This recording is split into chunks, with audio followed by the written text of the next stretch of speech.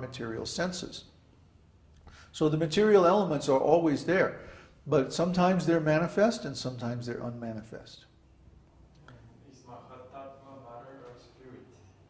It's tatashta. It's in between.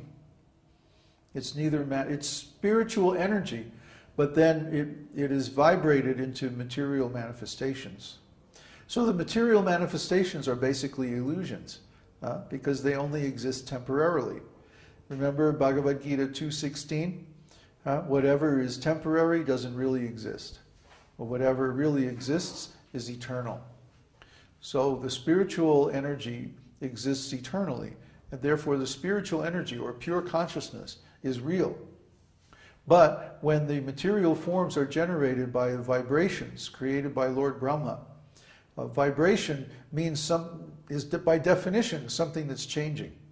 A vibration, the dictionary definition of vibration, is an alternate compression and rarefaction of some medium.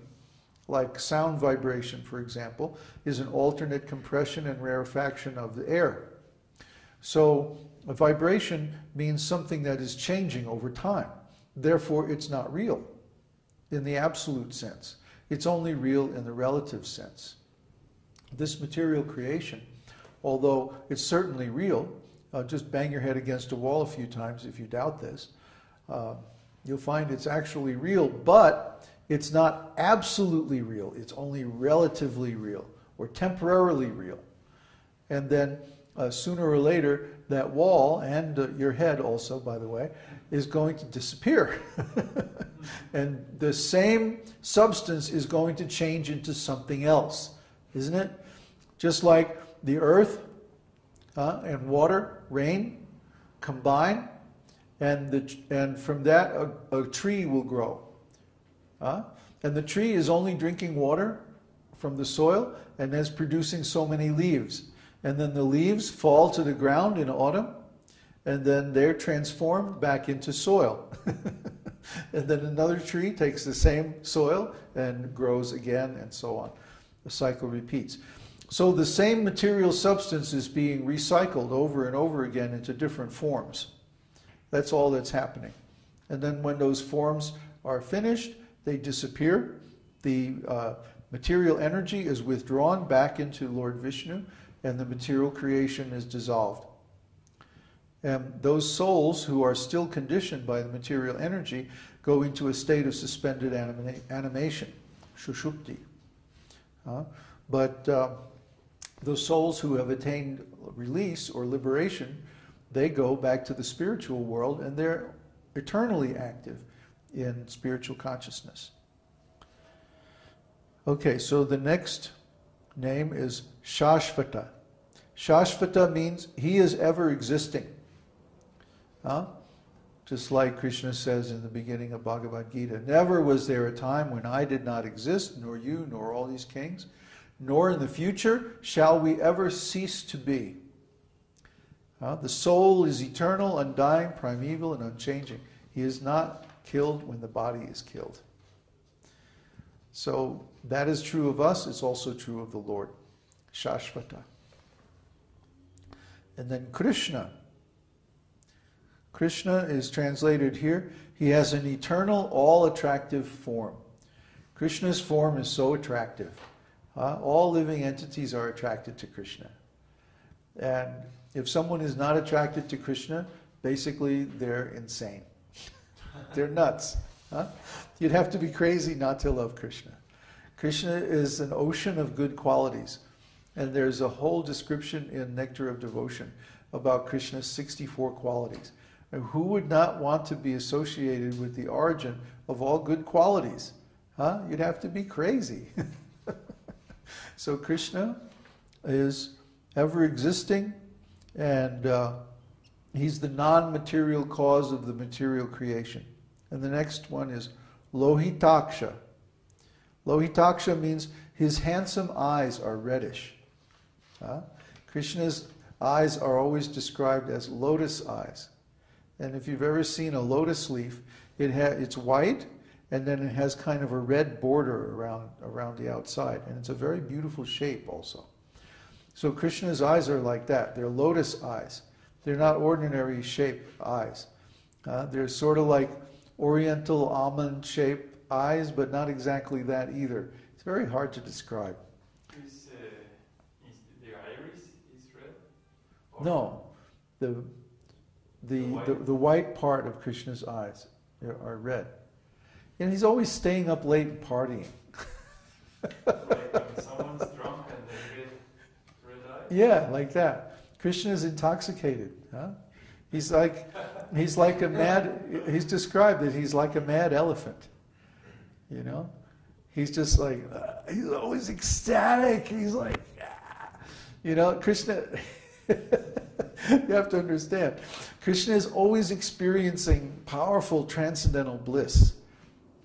Wave upon wave of it, in all these different moods and flavors. And he's constantly changing, he's constantly moving, he's always dancing, he's always doing something. He's never still for a moment, not even for a second. Restless. Yeah, very restless. That restless boy. So when we see paintings of Krishna, the problem I have with most of these paintings is that they don't express this restless nature of Krishna. Krishna is like full of energy. He's like a live wire. He's like, he's ecstatic, you know. It's just hard to explain. He's got an attitude. It's not like he's just standing there very calmly playing the flute. You know? No, that's not Krishna. Come on. That's like some kind of California vision of Krishna. You know, it's Krishna as a yuppie, you know. No, that's not Krishna. You know, Krishna is like, he's wild. Krishna is wild, you know. I remember one time Prabhupada was talking with his devotees, and they were saying, I really want to see Krishna. And Prabhupada said, what do you mean you want to see Krishna? You wouldn't like Krishna. He said, Krishna is wild. You want somebody that you can control. He was talking to one of his men, I forget who it was. Somebody who was one of the leaders. And he's saying, you want someone that you can control, but you can never control Krishna.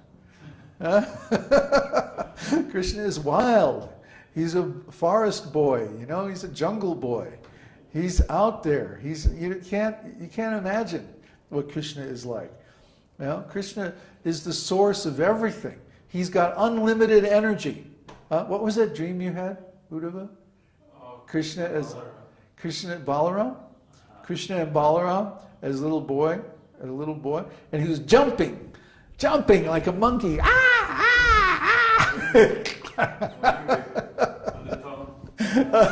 What was he doing? Moving his head very fast.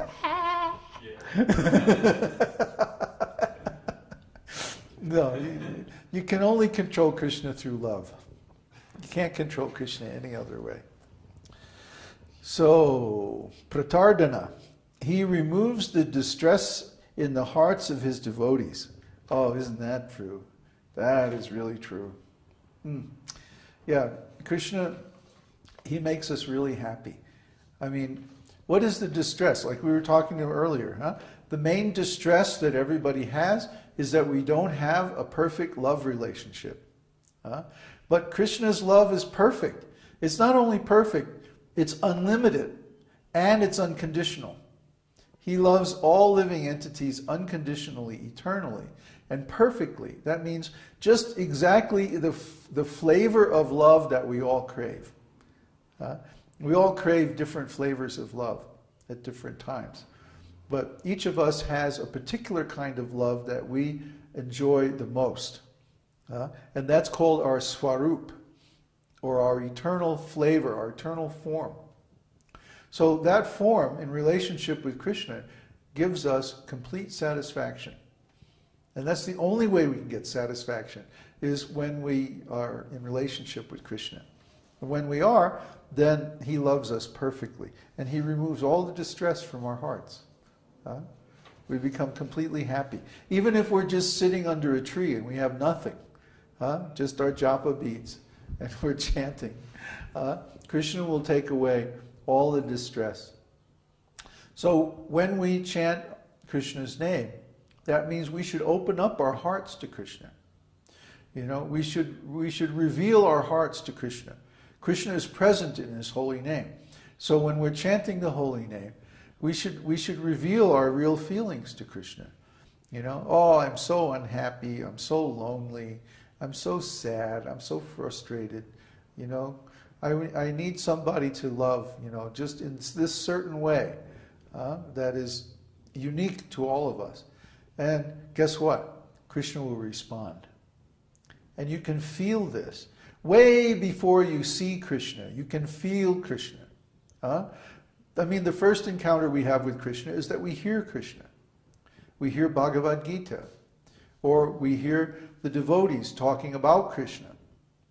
And because of this hearing about Krishna, we become attracted to Krishna.